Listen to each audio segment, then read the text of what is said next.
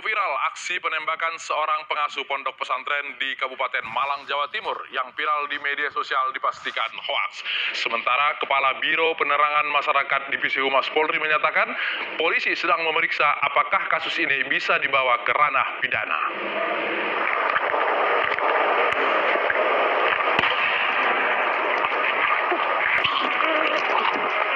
Inilah video yang awalnya diduga penembakan terhadap seorang ustadz.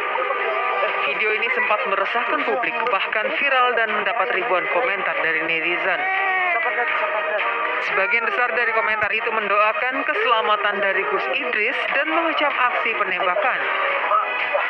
Akibat kejadian tersebut, pihak kepolisian langsung melakukan penyelidikan dengan mendatangi lokasi pondok pesantren Thoriqul Jannah milik Gus Idris yang berada di Desa Babadan, Kecamatan Nakjum, Kabupaten Malang. Namun saat berada di pesantren tersebut, diketahui Gus Idris dalam kondisi sehat tanpa luka sedikit pun. Tidak ada sekali unsur penembakan di situ ya, karena di dalam video ini saya sendiri yang mempunyai akun resmi Gus Idris Official tidak mengeluarkan statement atau kalimat penembakan. Jadi ini yang perlu saya sampaikan di sini, bahwa tidak ada unsur penembakan sama sekali, khususnya diri saya sehat walafiat, tidak ada unsur penembakan sama sekali. Ya, adapun yang menyampaikan ini penembakan itu adalah orang-orang yang tidak bertanggung jawab. Sementara itu, Kepala Biro Penerangan Masyarakat Divisi Humas Polri menyatakan, kini Bareskrim Polri masih mendalami perihal video tersebut. Masih dialami oleh cyber, itu menjadi satu hal yang kita cermati juga ya. Ternyata itu bukan. Sementara nanti kita cek di cyber Bareskrim. Dalam keterangan kepada wartawan, Gus Idris menyatakan bahwa pembuatan video tersebut merupakan bagian dari pembuatan konten YouTube untuk menyampaikan pesan bahwa ilmu hitam tidak akan bisa mengalahkan ilmu putih.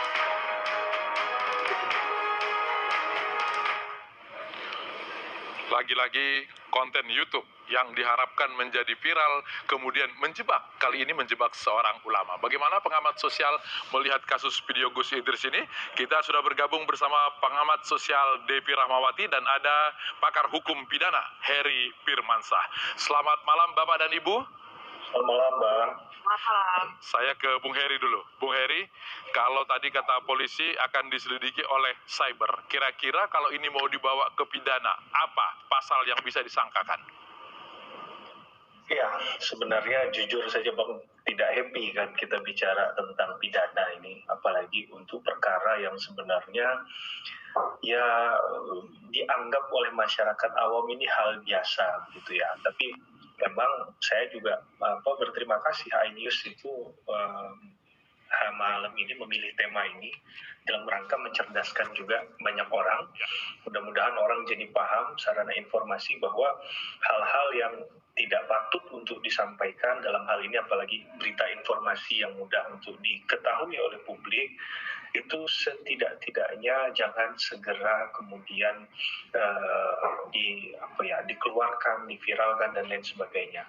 Terkait dengan pernyataan apakah ini bisa masuk ranah pidana atau tidak, ya kalau kita mau melihat dalam fakta hukumnya ada peraturan perundang-undangan yaitu Undang-Undang 1 1946. Itu bicara tentang syiar yang bohong gitu Bang. Sesuatu yang disiarkan tapi konteksnya bohong. Ada bohong yang memang tidak dilakukan, dalam konteks ini ada informasi yang tidak lengkap diberikan. Tadi mungkin pernyataan beliau, kalau saya tidak salah mencuplik itu, tidak menyatakan ditembak. Tapi konten tadi itu kan secara visual terlihat tertembak begitu.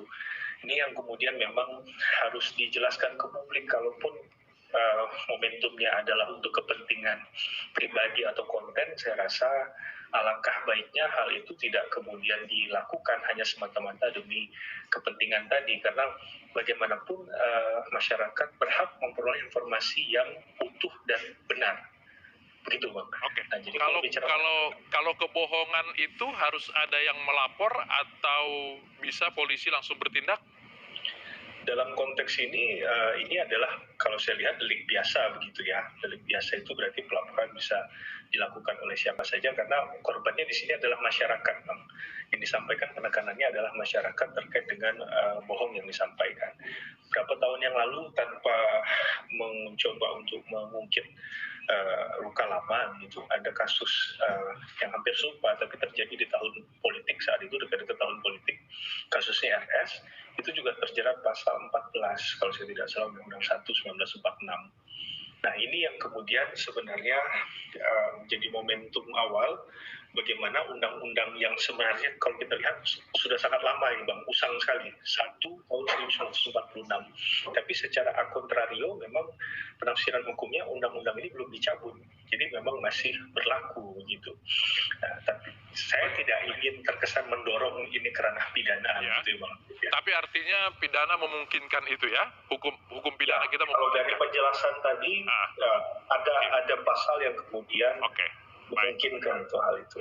Saya ke Mbak Devi. Mbak Devi, kalau kita lihat kan dalam dunia anak-anak muda sekarang, milenial itu prank adalah hal yang biasa. Tapi kali ini melibatkan seorang tokoh. Apakah implikasi yang timbul itu kemudian membuat kita harus lebih memperhatikan prank yang terjadi saat ini?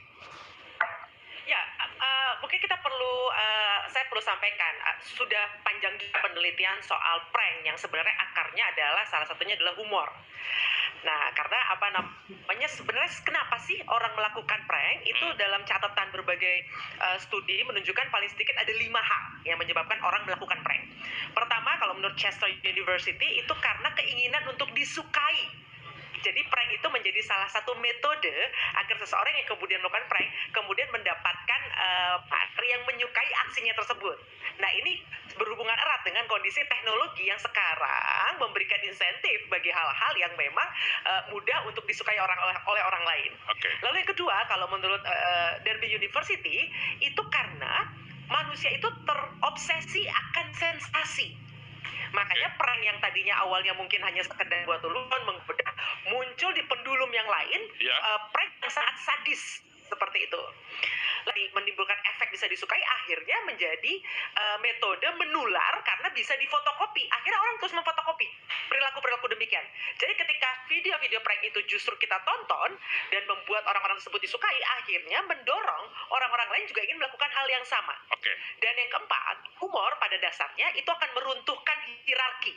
Kalau tadi ada jarak, segala macam, dengan tawa yang bisa saja awalnya prank yang sederhana sampai prank yang kejam, itu akan meruntuhkan hierarki. Ya.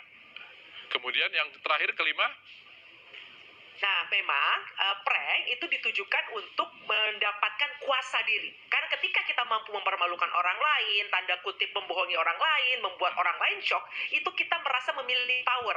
Makanya ada penelitian yang belakangan yang menunjukkan bahwa orang-orang yang 3 tahun penelitiannya soal ini, orang-orang yang sering melakukan prank, itu biasanya orang-orang yang lonely, yang sendirian. Karena pada akhirnya, orang tidak merasa nyaman dengan orang tersebut karena dia menggunakan prank, menggunakan humor untuk kepentingan pribadinya. Baik, kalau kita lihat dari 5 seseorang yang ingin melakukan prank itu, takasinya polisi bisa merasa bahwa Malang tidak aman karena ternyata ada orang bisa ditembak. Kemudian umat, karena ini adalah seorang tokoh agama, bisa merasa bahwa loh ini panutan kita dicederai orang lain, kita bisa marah. Kalau ke sini dampak sosialnya seperti apa?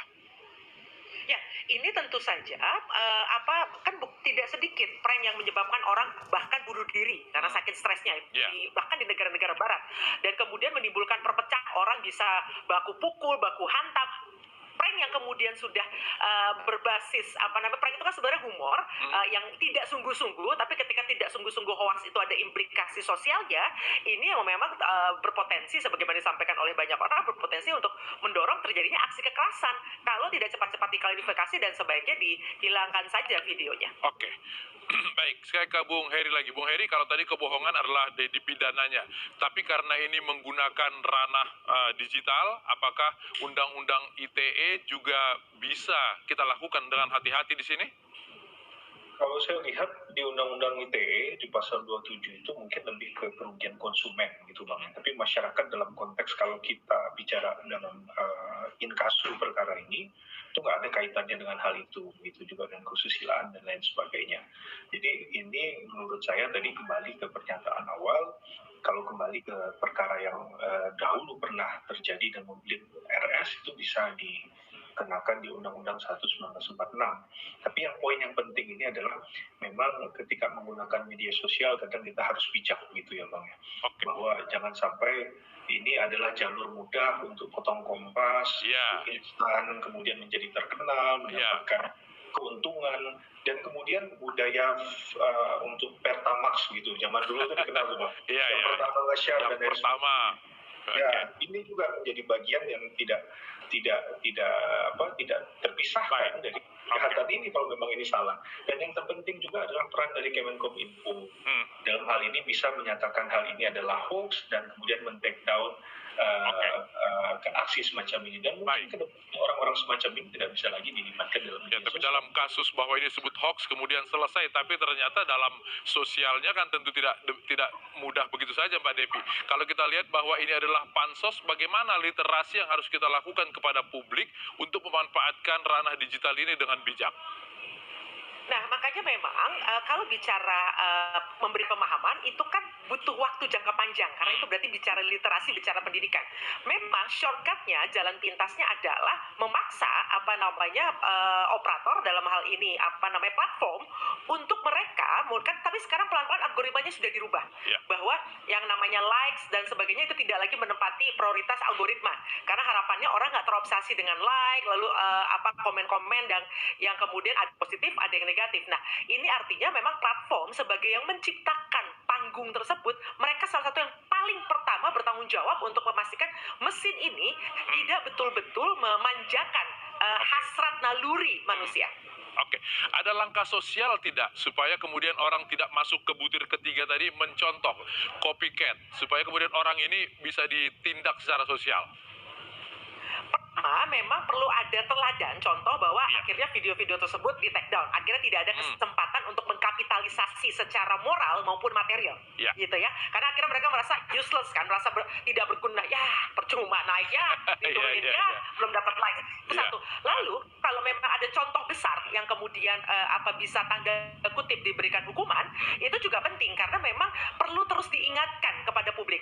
Nah, kenapa disetujui itu harus di take down? Karena modus berita hoax itu akan selalu memutar-mutar video lama. Khawatirnya kalau ada musim tanda kutip perhelatan-perhelatan tertentu, video tadi itu digunakan lagi yang orang nggak tahu bahwa ternyata itu ulama yang dulu pernah ngeprank misalnya. Itu bahaya sekali. Baik, Mbak Devi Rahmawati dan Bung Heri Firmansyah, terima kasih sudah bergabung di iNewsroom malam hari ini. Terima kasih.